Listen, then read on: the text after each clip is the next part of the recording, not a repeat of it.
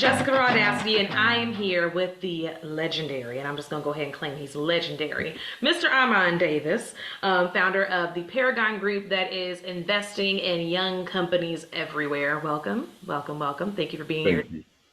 Thank you so much for having me. Yeah, let's just jump right in, right? How did Yeah. you get into the investment game, and what's your background? Tell us a little bit about yourself. So it was a not a straight line, not a straight journey. I went to college, was born and raised in St. Louis.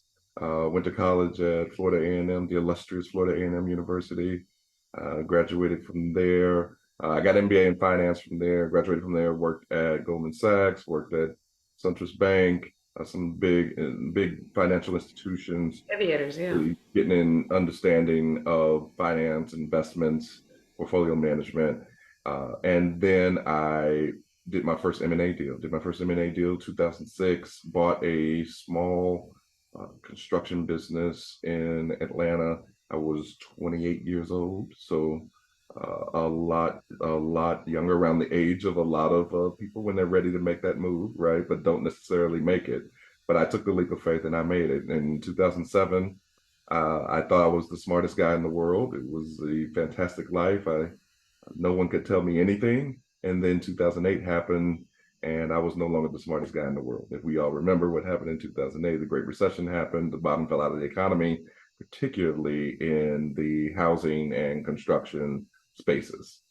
By 2010, 2011, I was on the verge of bankruptcy.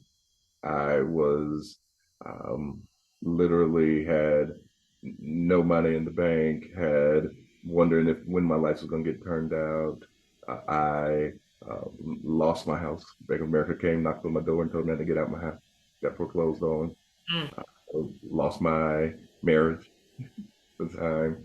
Lost just about everything, and really was just prepared to pull the last bit of money that I had out of my bank account and give it to a bankruptcy attorney so that he could file for bankruptcy for me, and then I could go crawl off into a hole somewhere and die. Like that was really depressed and really at wit's end.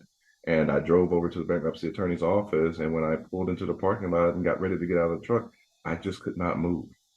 I was completely paralyzed, literally sitting there in the parking lot with my hands at 10 and 2, staring out the windshield. And I did that for an hour and just, I could not move to get out of the truck. And so after an hour, I said to myself, well, if you can't move and you can't get out of here and go into the office to give the guy the check to file, then this must not be where you're supposed to be. Right. So I drove home, about to figure it out with business, and made some choices that were really against the current of the time. So I actually empowered employees. I basically told all my employees they were mini businesses underneath my business, and if they created revenue generating opportunities, then I would share in the profits of those opportunities with them. If they created cost savings, I would share those savings with them. And I'm really proud to say that we uh, went came out of the recession in a stronger position than we were when we went into it. And I never laid anybody off. Never had to lay anybody off through the course of the process. Now, there certainly were times and weeks where I didn't get to get paid and I didn't get a check, but that's a part of being a founder, right? That's a part of building a business. You're the last person to get paid, Yeah. but I'm very proud of what we were able to accomplish with that business. And so going forward, I owned several other businesses as well, and different across different kind of, as we had ranging from marketing consulting to import export, content creation business, and I investments was my first love, and so I always wanted to get back to that. And so for me, it was a natural segue for me to marry my investment knowledge experience from early in my career with my experience owning and operating businesses, especially during the Great Recession, being able to navigate that and merge those two things together. So venture capital became kind of the natural next step for me in my career. And so I launched the Paragon Group. I invest exclusively in underrepresented founders who are in pre-seed, seed stage of growth with their business. Whew. Let me go and give me my little church fan because that's a testimony, It right? it was a journey. Like I said, it was not a straight line. I didn't just Yes. get out of high school, go to a Ivy League school, get a prestigious degree, go and work for a big venture capital firm, doing a bunch of deals for them, and then step out and start Right. my firm doing the same thing that I did for the firm that I left. It was a much more circuitous journey. But I think that the important part of that is that all of those experiences that I had, especially the difficulty, the challenges that I had during the Great Recession, prepared me to be able to work with founders today. Because if you think about it, if you're a founder today and you've started your business, you're in pre-seed or seed stage, which means your business is probably less than 5 years old. You've never run your business during a recession, right? The the Great Recession ended, 2013, 2014, and then money became very inexpensive to get all the way up until really last year. And so for our underrepresented founders, and I focus really specifically on founders that are ethnically diverse and female. And so for those founders, the recession really started last year. And so I think the experience that I had in going through what I went through was all in preparation to be able to work with these founders, be able to help these founders. I love that because like not only are you like presenting your story, like first of all your story is incredible to begin with, like period point blank, like that is amazing, and I just appreciate the transparency and the authenticity because a lot of times you always hear like these little cookie cutter stories where it's like, oh well, like I graduated from my university and I worked very hard for years and years and years, and they just skip over all the I'm ready to give up, or I'm disappointed with myself, or I'm eating a little bit less, or all those things. Like a lot of business owners don't cover that, and they try and make it look very like unicorns and rainbows, and then do the whole like, well, if I can do it, so can you. And while that may be true, you also need to tell everybody what you did. So Definitely.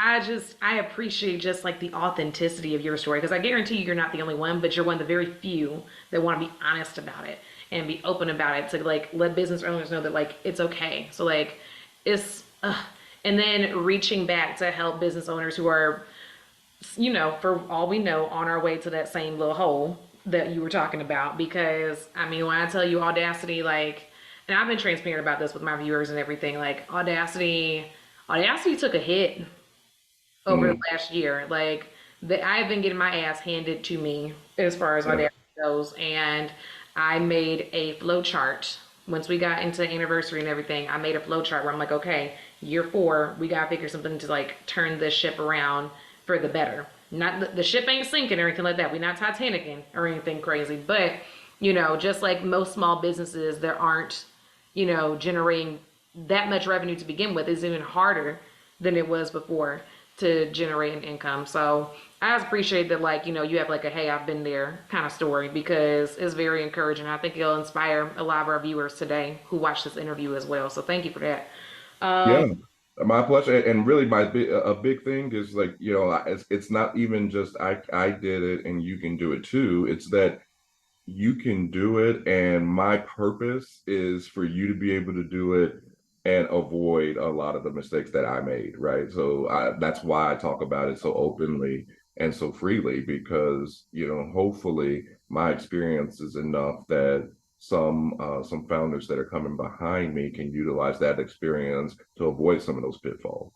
Let's get into that. So we always do like a little chat, y'all, before we get into these interviews and everything. And I'm curious, what would you say are like the top 3 to top 5 mistakes that young business owners make when they're trying to procure funding, and investing? Well, when you're talking about from that perspective, funding and investing, so that means you're seeking, I'm going to stay in the lane of saying you're seeking venture capital, right? Because there's other ways to get funding, right? And so the first thing I would say when you're seeking venture capital is I don't think venture capital should be the first kind of funding that you should seek. You should get your SBA loan if it's available, get you some traditional kind of financing if it's available. And the other thing that I always say to founders is the real best way to raise capital is to raise revenue, grow revenue. Mm. So have you captured all the low-hanging fruit in terms of ways that you can improve the revenue of your business? Venture capital money is extremely expensive. So I'll share with you and kind of tell you a little bit about that. So when someone comes to me and they want $1 million for their business, yeah, I tell them very straight. I was like, this should be, don't take the money, don't take the VC money. If you can grow the business, you're at a point where you can grow your business, you need this $1 million, right? Make sure that this is the last thing that you're asking, not the first. I know it's really sexy to be able to say, I've got started this business and I got this venture capital funding that came in and bought, but Yeah. that money is extraordinarily expensive. If I write you a check today for $1 million, I expect that within the next 5 years, you're going to be writing me a check for about $5 million. They don't tell you all that when you doing them grant writing things. That's right. They don't tell you So, that part. so I want 500% interest on my money. And I'll tell you, if you only double my money, if you double my money, you give me, right, a 100% return on my investment. You double my money, right? I'm gonna get fired. Wait, I won't get fired. wait, from I'm where? gonna get fired by my investors. Oh, The return is too low. It's oh, too so when you come to me, huge mistake that founders make is that they have not already thought about it from that perspective. mm, So you need to have already thought about how you're going to get me, how you're going to be in a position to write me a $5 million check within the next 5 years if I give you this $1 million, right? And so, you need to have thought about who is your acquirer. So that's a huge factor here, right? Because 9 times out of 10, you are not going to actually be able to grow your business to a point where you're just going to be able to stroke me a check for $5 million. right. So you more than likely you're going to have to sell your company in order to create enough liquidity to be able to pay me out, right? In that sense. Mm. So you need to be thinking about as you're building your business, who is your buyer? Who is your acquirer for your company? Because if you're building your business for you to run it for the next 20 years, then you shouldn't be asking me for money Mm. because I need my money back in 5 years, 7 years at the most. You start going beyond that, we probably going to end up in some litigation. Not the litigation. So you don't have 10, 15 years to grow this business. Mm. You really have to be able to have a plan. So if I'm saying, okay, if you're saying, here's your buyer, who is this company that acquires businesses similar to yours? Okay. So we're looking at that. Now we're looking at then, okay, well, have they acquired businesses like yours recently? And what have they paid for those businesses? And so when you look at what they're paying, you're looking at it not just in terms of the sheer dollars that they pay, but what is the multiple that they pay? Are they paying multiple over what your annual revenue is? Your ARR, your annual recurring revenue. Mm-hmm. And so if you can look at this business and you say, well, this company is paying 10x, 10 times average, annual recurring revenue, right? Then you know that you need to hit this certain number, right? In terms of if I know that I can sell the company for 10 times this amount of annual recurring revenue, then that's the number that you need to hit. Now you have to have a plan for how you can hit that number. You can grow your business and hit that number for annual recurring revenue within the next 5 years. Ooh. And you have to present it to me that way. And then look, it doesn't have to be perfect. I understand more than anybody that it does not going to go exactly the way you thought it was going to go, just like it didn't go that way for me, right, in 2008. But I need to see that you thought about it. Mm. That's the biggest mistake that a founder doesn't make. They get into a business because they like the business or they're interested in the business, but they don't think about the fact that if you want venture capital money, you really only plan to be in that business for 5 years, 7 years at the longest. Really, you really only plan to be in that business for that long. and you need to already have thought about and be building the business towards that exit. Mm. Now I done learned something today. I'm about to start taking my little notes over here because, Who's the buyer for Audacity? woo, that's a great question. Well, wait, I'm not so sure anymore now that you have told me this. I'm not so sure anymore. I'm gonna reevaluate some things and make a new flow chart. That's right. Now, what is the difference, just so that our audience knows? I understand, but just so the audience knows, what is the difference between the buyer isn't your customer and the buyer isn't your investor? Because those are two different audiences. Well, you're talking about from the perspective of a founder, or you're talking about from the perspective of me as a venture capitalist? From the perspective of a founder who will be presenting to a venture capitalist.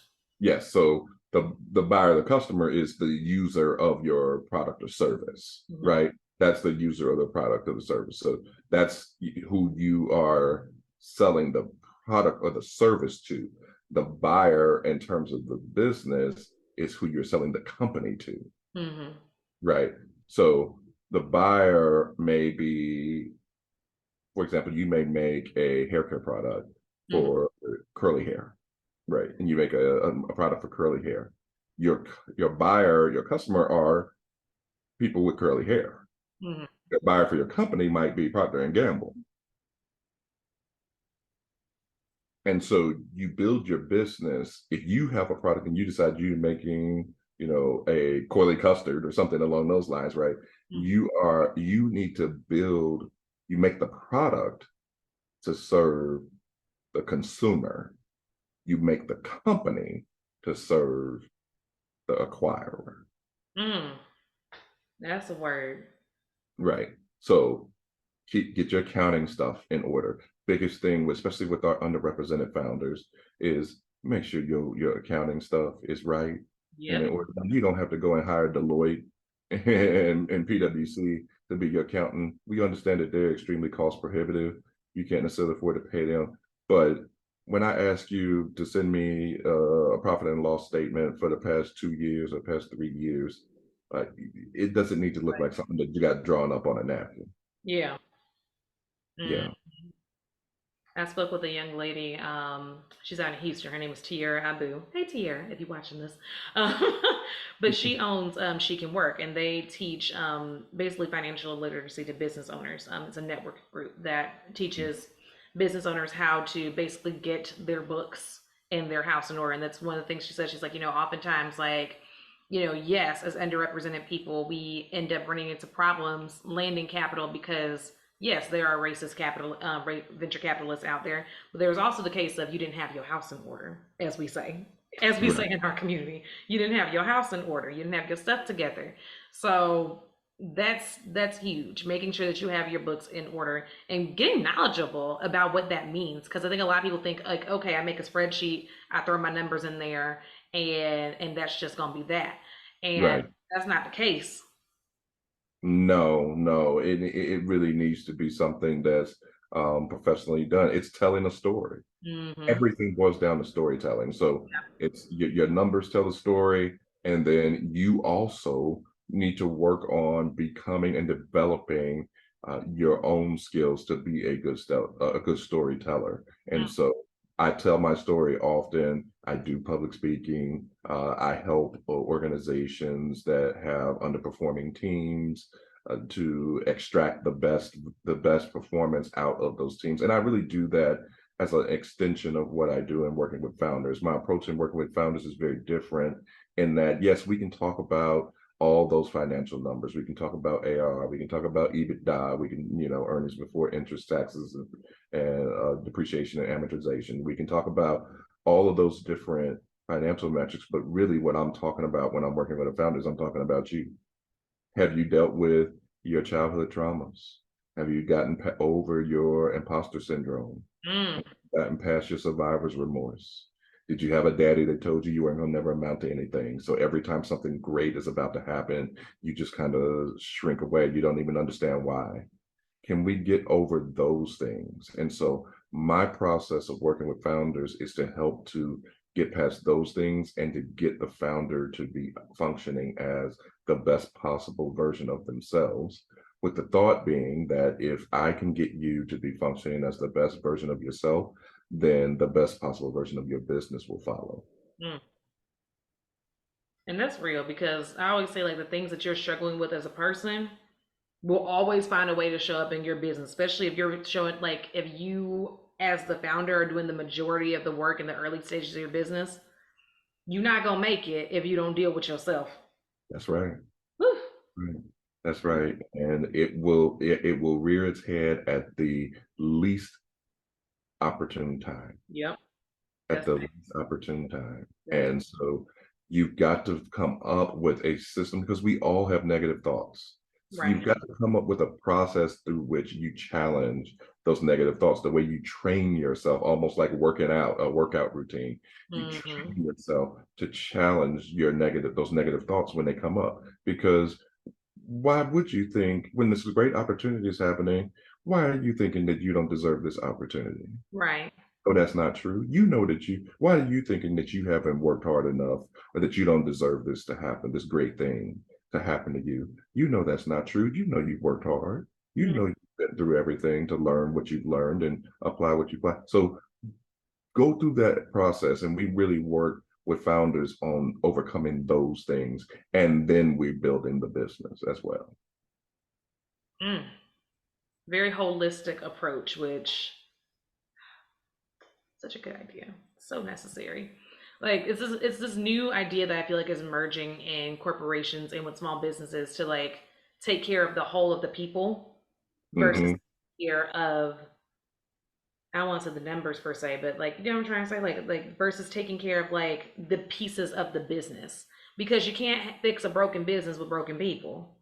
That's You right. run around with some pieces here, you know. I would say that the best companies have figured that out. I would still say that they are a distinct minority amongst companies because they are still, majority of companies are still driven by, well, you get the money first and then we'll make everybody happy. Everybody be happy because if you get Right, the money, then we pay everybody more and then everybody be happy. right, But it doesn't necessarily work that way. And everybody knows at this point that money is not equate to happiness. right, So when you're thinking about a place that you spend effectively 2/3 of your life, you're spending 8 to 10 hours a day working there, right? You're spending 2/3 of your life there for whatever it is in your career, then it has to be something more than just writing you a big check. It has to be something that is actually helping you to become a better person, something that's actually helping you to learn and feel like you can be a sponge for knowledge, right? Helping you to build a community outside of that. And so all of those things I think are extremely important in terms of talent acquisition, talent development, recruitment, and retention. yes, absolutely. Well, before we go, I want to make sure we give you a second and talk to us about the Paragon Group. So, what's it all about? What do y'all do? How can we support y'all? How can we find you if we want to find you? Well, I mean, like I said, I launched the firm to invest in female and diverse founders, and so that's really my focus. I really have a passion for helping those founders to achieve their goals and their dreams. And so I like to say, the talent is there. It's not about the talent or lack thereof. The talent is there within the communities, right? And so what I am more of is, you're a virtuoso guitar player. You're playing your guitar on the stage, but in Phillips Arena, in the biggest stadium, and only the people in the first three rows can really hear you. And you're playing your heart out, and it sounds excellent. You're a virtuoso player, but I'm like your amplifier, right? So you plug into your amplifier, now the whole stadium can hear, right? And so that's really what I'm here to do, what I'm here to be, is to be an amplifier for the talent, the extreme levels of talent that we have amongst the women in our community and other ethnically diverse founders.